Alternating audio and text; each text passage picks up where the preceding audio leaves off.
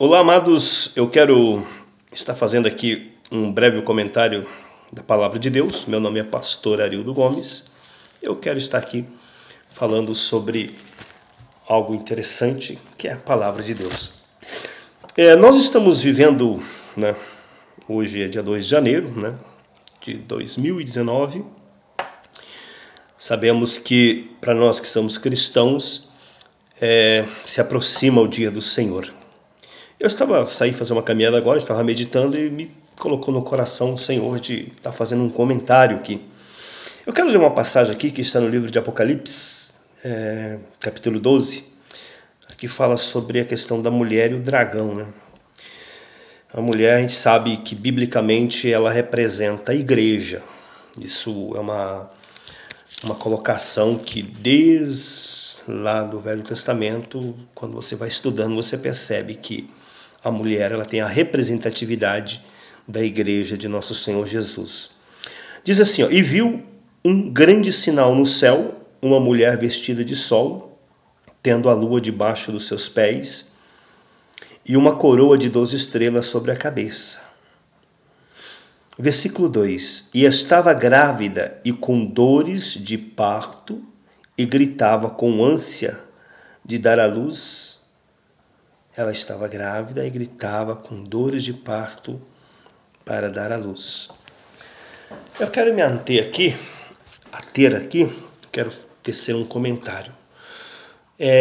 Na verdade, quando o Espírito Santo, quando o Senhor Jesus, o Senhor Deus, ele através das Escrituras, ele deixa a palavra dele, então ele coloca coisas bem notáveis, para a gente fazer a leitura e interpretar a leitura. Porque às vezes as pessoas lêem aqui, mas eles não interpretam, eles apenas fazem uma leitura assim, superficial. Aquela coisa, eu li aqui, mas ele não consegue se ater aos detalhes. E uma coisa que eu tenho aprendido, que para você interpretar a Bíblia, a palavra do Senhor, você precisa se ater aos detalhes, porque ele usa conjuntura, coisas, detalhes do nosso dia a dia. E quando você começa a se ater a esses detalhes, você começa a entender o que o Senhor está falando através da sua palavra. Então nós vemos aqui que ele fala sobre a mulher, Eu vi uma mulher, Eu vi-se um grande sinal no céu, uma mulher vestida de sol, tendo a lua debaixo de seus pés.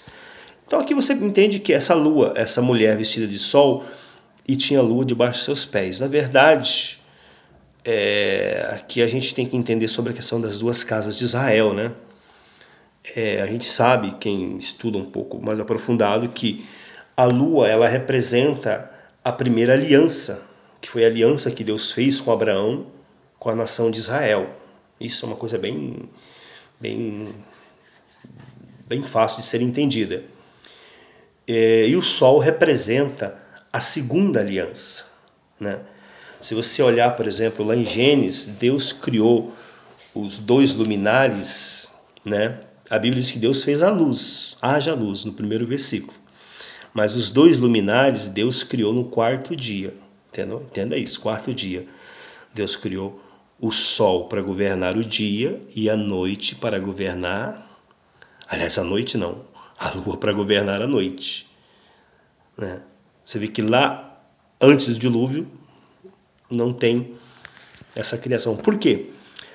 Porque isso Deus está mostrando que a lua, no caso, seria a dispensação da lei, Israel, dando uma leve tom de claridade, da sua palavra lá na velha aliança. Mas no quarto dia também se revela o sol. O sol representa a geração, a Jesus Cristo, aquele que trouxe a salvação aos homens. Então, a claridade do sol ela é imensa. E você percebe que Jesus ele nasce no quarto milênio. Entende? Até Noé, 2000 anos. De Noé até Jesus, 4000 anos. Então, a Bíblia diz que um dia é como 1000 anos e 1000 anos como um dia. Então, o Senhor Jesus ele nasce no quarto milênio, representando o dia da criação do sol. Então são detalhes que a gente tem que se ater para a gente interpretar as profecias.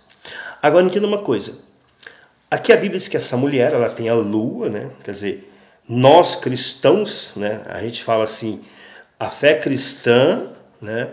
Com as raízes judaicas, né? A nossa fé vem do judaísmo, vem do judaísmo. Não é que nós praticamos mais o judaísmo, é a fé cristã com princípios judaicos. Então, essa mulher representa a igreja, todos os filhos do Senhor em volta do mundo. Vestida de sol representa vestido que da graça, da comunhão do Senhor com a lua debaixo dos seus pés, que a base é a fé judaica. Aqui diz que essa mulher, ela está gemendo com dores, né, com ânsia para dar à luz. Ou seja, esse dar à luz aqui representa o estabelecimento do reino de Deus aqui na terra. Por enquanto o reino de Deus está sobre nós, está dentro de nós. E quando você para analisar essa figura, uma mulher grávida, e a Bíblia diz aqui que ela está gemendo para dar à luz. Nós sabemos que a mulher, quando ela é engravida, os primeiros meses às vezes tem alguns problemas e a gestação às vezes tem algumas, eu vou chamar de anomalias, alguns probleminhas, né, que vai, às vezes traz dores, às vezes uma coisa e outra. Mas a gente sabe que o grande momento, o momento mais dolorido, o momento mais difícil da gravidez de uma mulher é no final, é quando ela vai dar à luz. E o que acontece? Presta atenção, porque essas coisas têm, a gente olha para a síntese humana que o Senhor nos mostra, para a gente olhar para as sínteses espirituais. Então eu quero mostrar isso para vocês. Quando a mulher ela está grávida e vai se aproximando os dias, o que ela tem que fazer? O que ela tem que fazer e as pessoas, o marido, a família tem que fazer? Tem que ir se preparando para o dia do nascimento. Isso é óbvio. Eu me lembro, a minha esposa, Sara, teve 2 filhos. Então, quando começou a crescer, a barriga foi crescendo, e quanto mais vai se aproximando, mais vai ficando mais pesado, mais difícil, e as dores aumentam. Então, a gente ia se preparando para o dia dos nascimentos dos meus filhos. Isso foi uma coisa óbvia. Então, toda gravidez é assim. E se a pessoa não fazer isso, a mulher e a família não se preocupar, é óbvio que ela vai ter problemas. Porque você imagina, naquele momento tão difícil, é o momento que você precisa de um apoio, porque a mulher é muito difícil ela ter o parto sozinha. Geralmente ela tem que ir para o hospital, tem que ter ali, sabe, lugar limpo, tudo preparado, médico, aquela coisa. Agora, trazendo isso para o nosso lado espiritual, para a igreja, o que nós estamos vendo hoje? Nós estamos vendo uma igreja que não está se preparando para o nascimento dos seus filhos. Não está se preparando. O que hoje a igreja, eu falo igreja no contexto geral, a igreja de Cristo, chamados crentes, gospels, evangélicos e católicos, as pessoas não estão nem aí. É o que se refere àquilo que Jesus falou. Vai ser como nos dias de Noé. Come, bebe, fazem festa. Hoje nas igrejas, e o grande detalhe é que nós estamos se aproximando desse dia do parto. Em vez dos cristãos, das pessoas, dos pastores, dos líderes começarem a levar as suas igrejas a olharem para isso, não. As igrejas hoje não querem. Eu, particularmente, quando eu vou em algum lugar, no ministério mesmo que eu congrego, eu vou pregar, sempre eu tenho procurado pregar sobre a volta de Cristo, sobre preparação. Mas sabe o que eu tenho encontrado? Barreira. As pessoas não aceitam. Você vai e prega, os caras não te convidam mais, porque eles não querem que você fale sobre essas coisas. No entender deles é que isso causa medo. Eles querem que você vá lá, profetize, expulsa demônio, cure enfermo e principalmente que as entradas financeiras sejam muito boas. Eu não sou contra isso, eu não sou contra milagre, não sou contra cura, não sou contra dízimo, não sou contra oferta. Mas eu não sou tolo. Eu sei de uma coisa, que todas essas coisas que eu falei faz parte da igreja. Cura, milagre, poder de Deus, faz parte. Dízimo e oferta para manter as instituições, faz parte. Mas o mais principal disso tudo é a gente entender que aqui tudo é passageiro e entender mais ainda que o dia do Senhor está às portas e nós estamos vivendo simplesmente sem se preocupar. Simplesmente sem se preocupar. A Bíblia diz aqui que essa mulher estava grávida com dores de parto e gritava com ânsia de dar à luz. Com ânsia. E aqui fala sobre a questão do dragão, que é o Satanás, é o diabo. Então nós observamos Jesus, o Espírito Santo aqui, dando abrindo um caminho para que a gente entenda.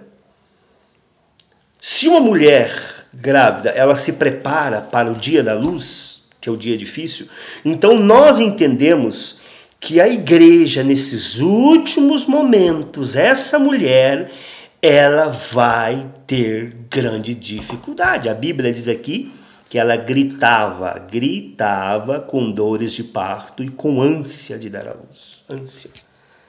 A igreja de Cristo vai passar por grande dificuldade. É uma coisa que os pastores não acreditam. Eles pregam que as pessoas vão ser tiradas aqui da terra, assim, vai acontecer um rapto, né? Todo mundo vai desaparecer, bum, vai para o céu e pronto. Daí vai vir a tribulação e aí quem ficar aqui que se ferre. É mentira isso é mentira. Esses caras não estão ensinando a verdade. Por que eles ensinam isso?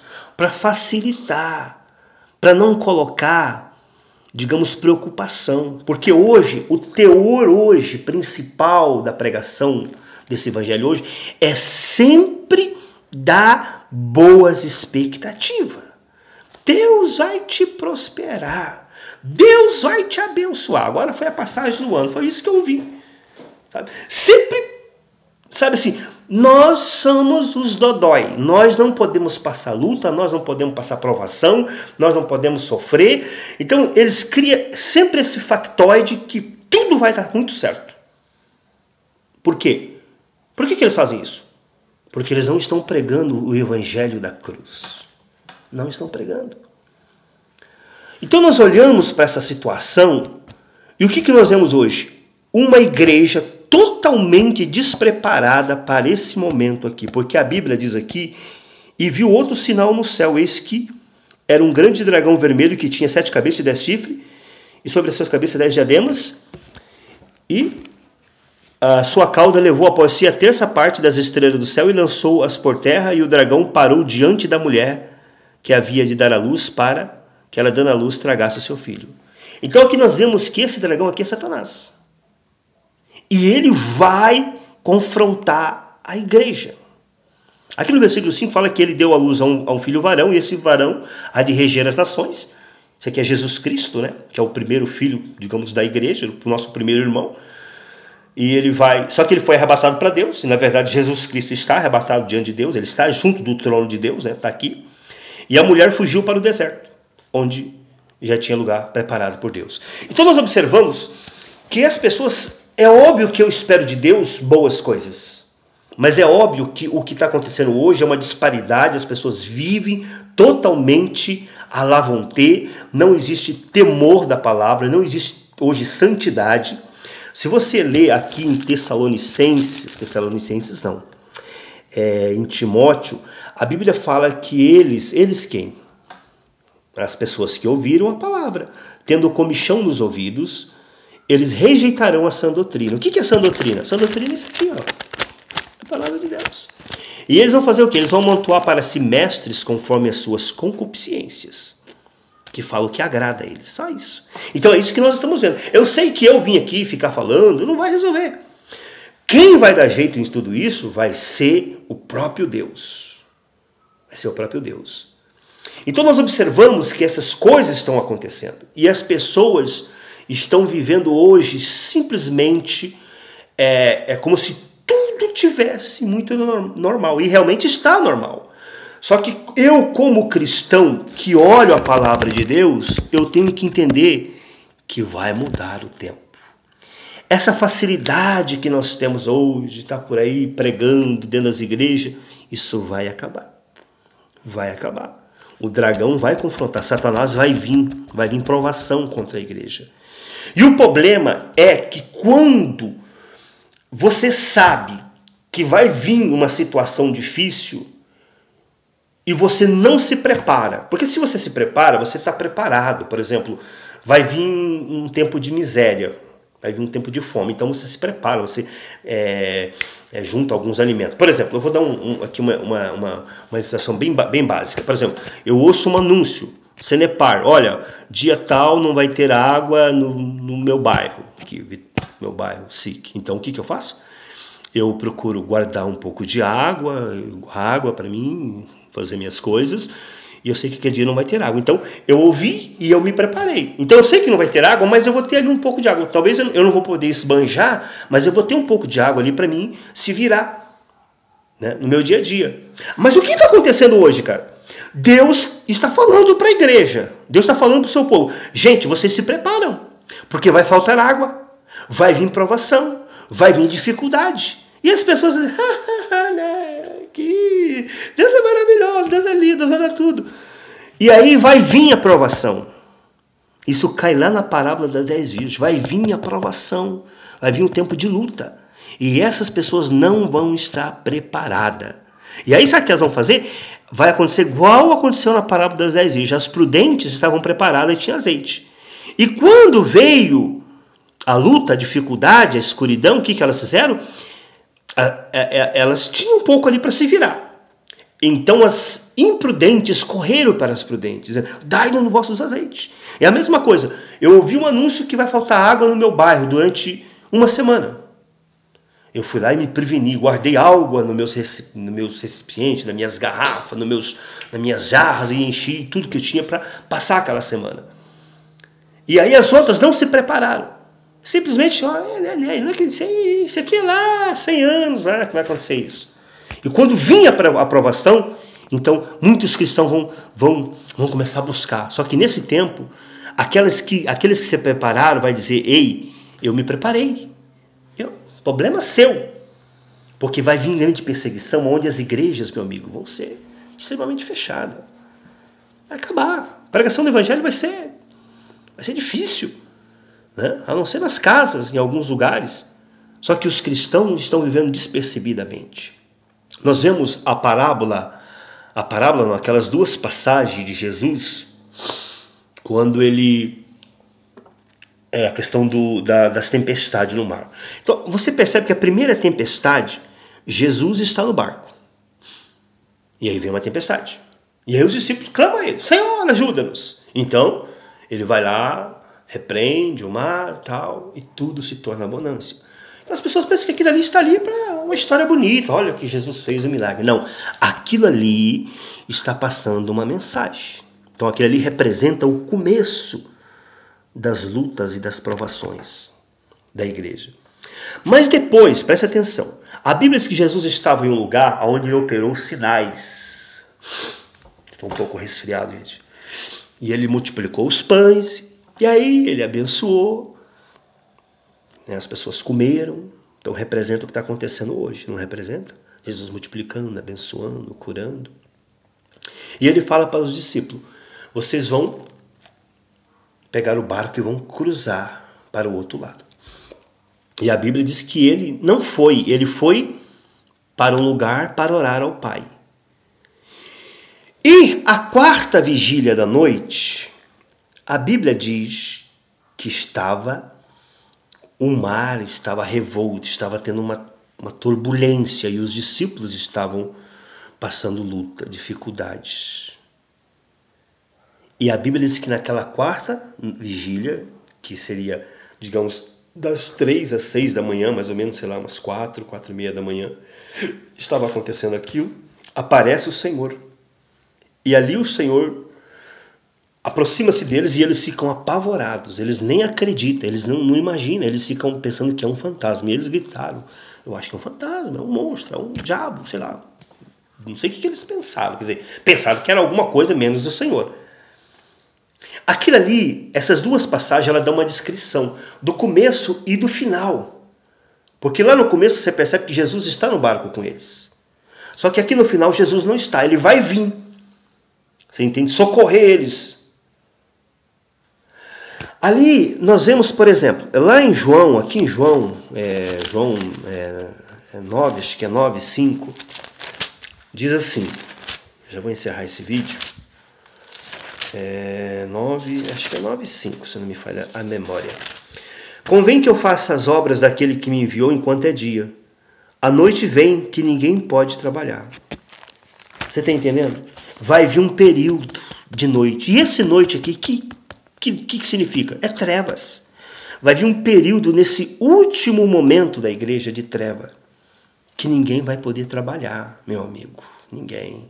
Nem pastor, nem profeta. Vai ser proibida a pregação do evangelho. Então ele fala que é para trabalhar enquanto é dia, enquanto tem liberdade. Se você olha para a parábola das 10 virgens, você percebe que à meia-noite houve... O que houve? Houve um grito. Não é que houve a volta do Senhor, houve um grito, dizendo, aí vem o esposo. Certo?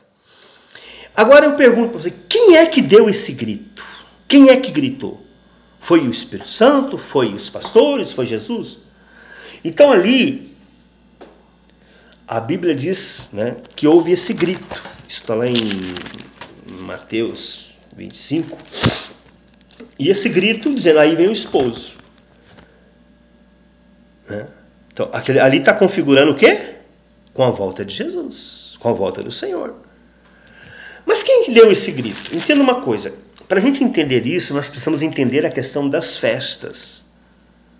Por exemplo, aí as pessoas dizem, eu não quero saber de judaísmo, isso é coisa de judaísmo. Não, isso é coisa da palavra de Deus. As 7 festas judaicas, né, eram Páscoa, Pão Ázimo, Primícia, Pentecoste. Correto? Se cumpria a Páscoa, que era a primeira festa significando a saída do Egito, que passava o sangue do cordeiro. Outra era o Pão Ázimo, que era apresentado um pão sem fermento, né, como sacrifício. E o terceiro era a festa das primícias, que era apresentada as primícias. Então Jesus foi apresentado como primícia, o pão da primícia. Passava-se 40 dias, vinha o Pentecoste, certo? Que daí era apresentado 2 pães. 2 pães. 40 dias. E exatamente Jesus cumpriu esse ciclo. Jesus cumpriu esse ciclo cabalmente. Passou 40 dias, ele sobe ao céu, né, com o pão da primícia oferecido a Deus, e depois de 40 dias, então, desce o Espírito Santo, que aí era apresentado um pão com fermento. E aí passava-se 5 meses, então vinha as festas da primavera, que eram as festas da trombeta, as festas da expiação e as festas da cabana. Só que antes da festa da expiação, vinha as festas das trombetas. O que a trombeta fazia? O que era o sentido da festa das trombetas? Os sacerdotes, eles pegavam as trombetas e passavam pela terra. Eles tocavam aquelas trombetas. E aquelas trombetas anunciavam para as pessoas fazer a expiação, para as pessoas prepararem os seus sacrifícios, correto? Então as pessoas, elas preparavam os seus sacrifícios para levar diante do sacerdote para fazer a expiação. Entende? Então aquele grito que está acontecendo ali é as trombetas de Deus do Apocalipse. Você percebe que a volta de Jesus Cristo se dá na 7ª trombeta. Então, quando começar a acontecer essas trombetas, aquelas figuras da trombeta lá das festas, elas fecham sincronização com o Apocalipse. Então, quando começar as trombetas, as pessoas vão entender que são as trombetas do Apocalipse, que são sinais. Você entende? Que o sacerdote que se acendeu à destra de Deus vai sair do Santo dos Santos. Porque lá na lei, lá no judaísmo, entenda uma coisa. Lá diz que o sacerdote, ele iria, tinha todo um ritual, né? Ele se amarrava, inclusive ele tinha que santificar, se amarrar, para entrar lá dentro do Santo dos Santos, para quando, se ele saísse vivo, então ele expiaria o pecado do povo.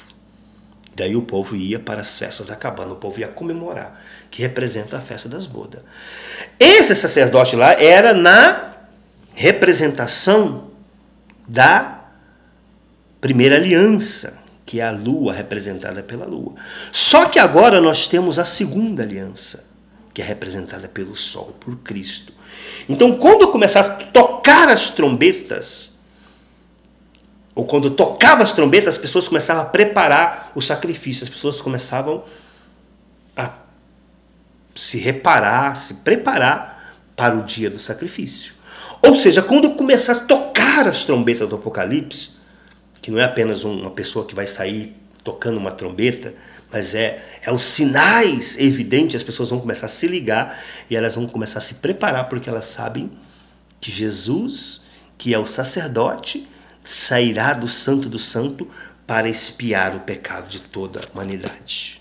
Você compreende? Então, esse grito da parábola das 10 virgens é as trombetas. E ela se dá exatamente no meio da noite. E essa noite, como eu li ali em João, a Bíblia diz que trabalhar enquanto é dia porque vem a noite, é o período de escuridão que virá sobre a terra. É o período do governo do anticristo.